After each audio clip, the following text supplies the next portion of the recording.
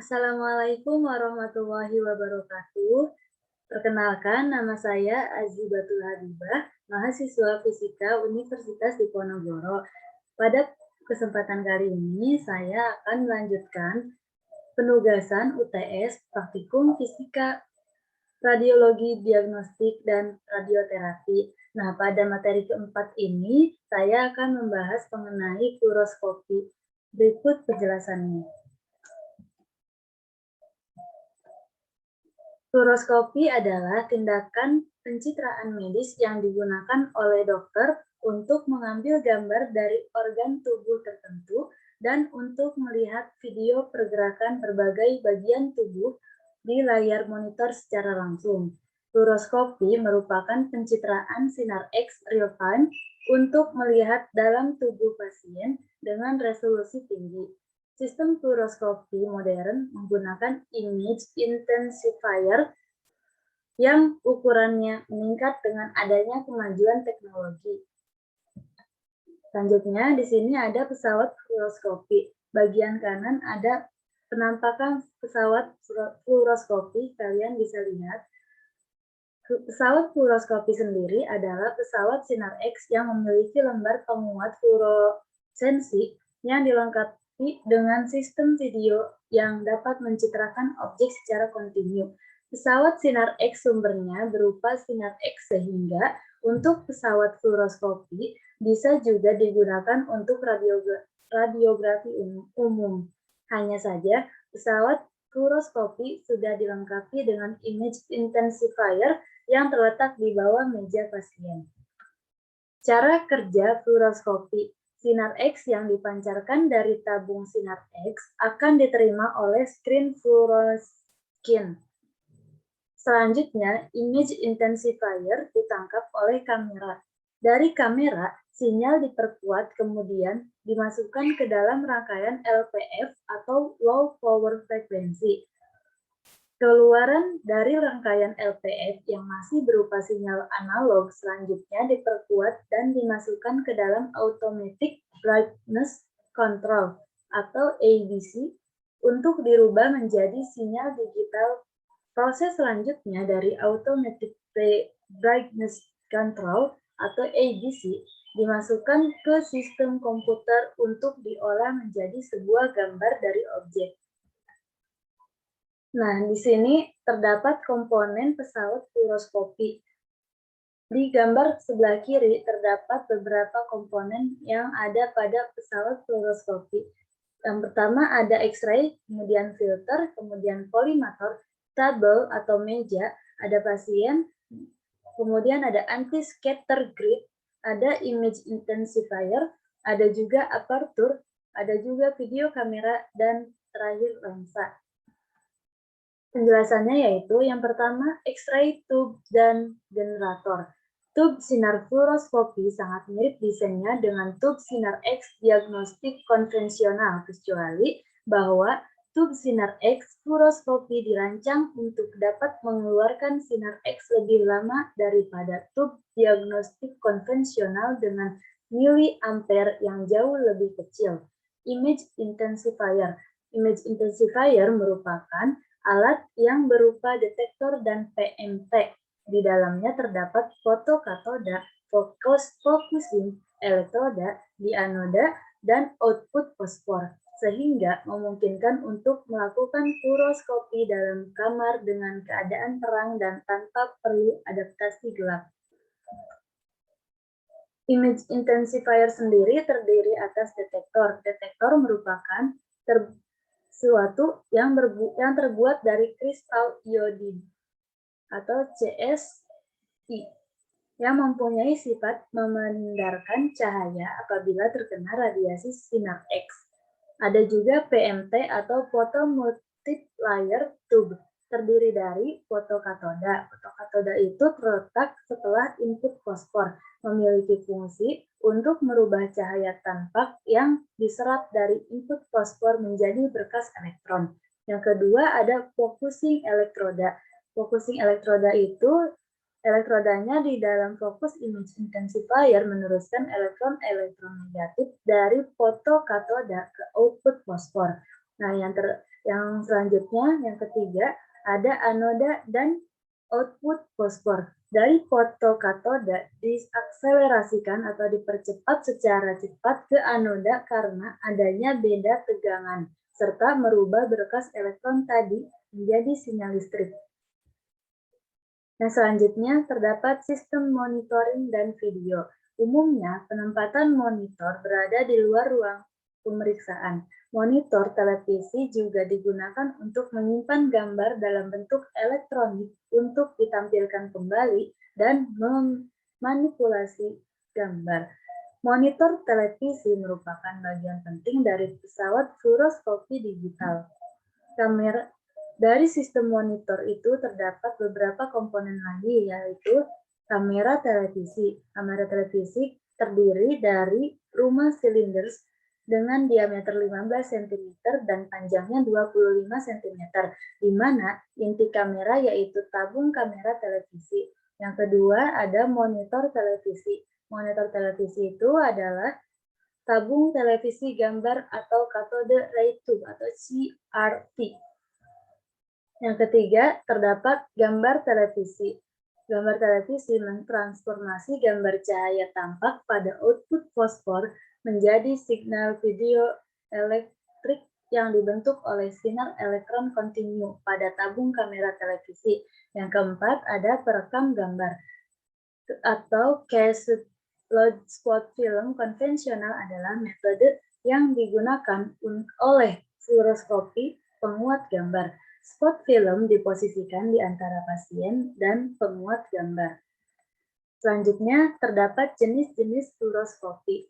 Yang pertama ada fluoro RF konvensional. Daya listrik satu generator untuk satu tabung atau over table atau untuk dua tabung dengan istilah under table. Yang kedua, panel kendali mode R dan F terpisah. Mode R dilakukan di sela proses fluoro untuk perekaman radiografik spot film beberapa area citra organ sekaligus dalam satu eksposi. Opsi mode fluoro terbatas, umumnya tidak memiliki mode F+ atau dosis tinggi atau high dose. Opsi zoom terbatas maksimal 3 FOV dengan setting target kualitas citra ABC terbatas, sehingga dosis biasanya rendah, tidak didedicate untuk tindakan misalnya operasi atau intervensional, hanya untuk diagnostik.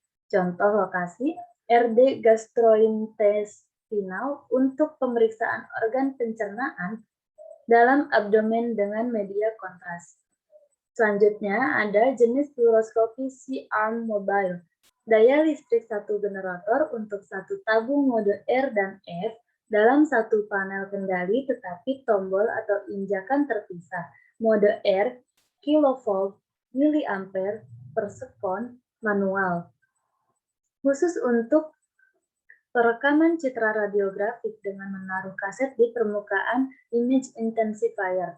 Secara umum, opsi mode fluoro terbagi atas opsi pulsa atau kontinu pulsa dan opsi dosis. Opsi zoom terbatas maksimal 3 FOV. Selanjutnya, opsi zoom terbatas maksimal 3 FOV. Setting target kualitas citra ABC tergantung organ target sehingga dosis biasanya bervariasi. Uji dosis atau kualitas citra wajib dengan normal F mode organ abdomen. Sebaiknya masing-masing dilakukan untuk 3 FOV. Dalam kondisi khusus, dapat dipindahkan untuk menggantikan fungsi pesawat RF konvensional. Contoh lokasi, RDOK untuk operasi organ dalam non-pembuluh darah atau saraf, atau untuk diagnosa tindakan organ ekstremitas. Nah, alat-alat yang digunakan untuk uji fluoroskopi. Yang pertama ada CU 2 mm, ada penggaris, ada meteran, ada tes objek citra, ada kolimator, ada tes tool, ada plat PB dan AL, ada kanton PMMA, ada detektor Cobia, ada selotip kertas. Nah, untuk uji fluoroskopi sendiri dibagi menjadi dua, yaitu Administrasi dan data pesawat.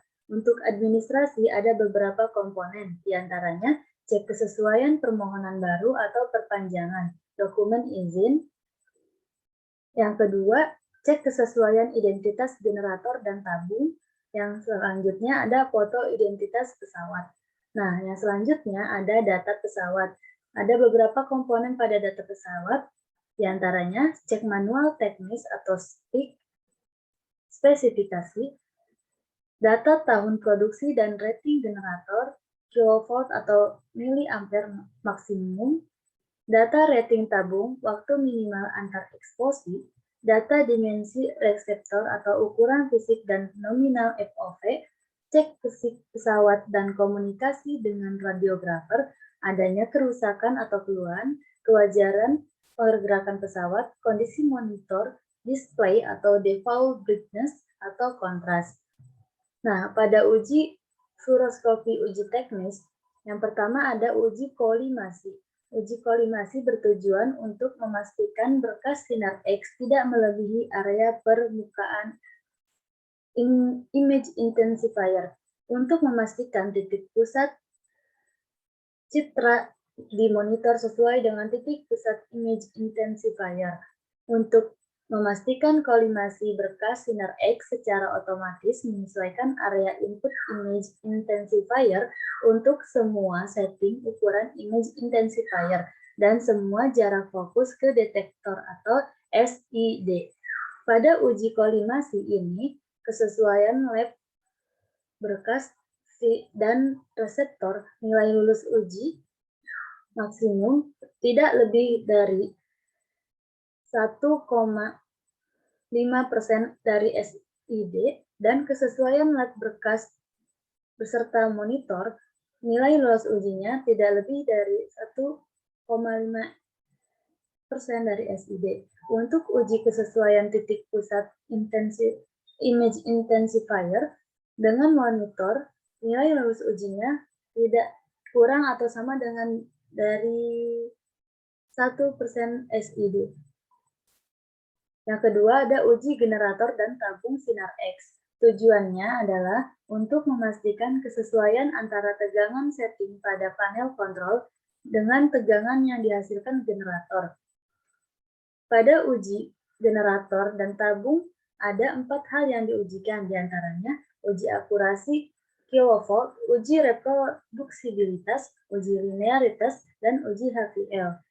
Selanjutnya ada uji dosis pasien. Tujuannya untuk memastikan laju dosis pasien fluoroskopi tidak terlampaui baik untuk tebal pasien normal maupun tebal pasien maksimum. Untuk uji dosis pasien ada 3 hal yang diujikan, yaitu laju dosis tipikal pasien dengan nilai lulus uji mode normal, yaitu kurang dari sama dengan 17 mg per menit. Laju dosis maksimum udara dengan nilai lulus uji mode normal tidak kurang dari sama dengan 50 mg per menit. Mode high dose tidak lebih atau kurang dari sama dengan 100 mg per menit. Laju dosis input reseptor. Yang selanjutnya ada uji kualitas citra. Uji ini ditujukan untuk menentukan baseline kontras rendah dan tinggi pada pesawat fluoroskopi untuk memastikan kualitas citra pada pesawat fluoroskopi masih layak bagi pasien. Selanjutnya ada uji kebocoran tabung. Pada uji ini ditujukan untuk mengetahui posisi dan nilai kebocoran wadah tabung pesawat sinar X. Sekian yang bisa saya sampaikan. Semoga materi yang saya berikan pada PPT ini bisa bermanfaat bagi semuanya. Terima kasih. Wassalamualaikum warahmatullahi wabarakatuh.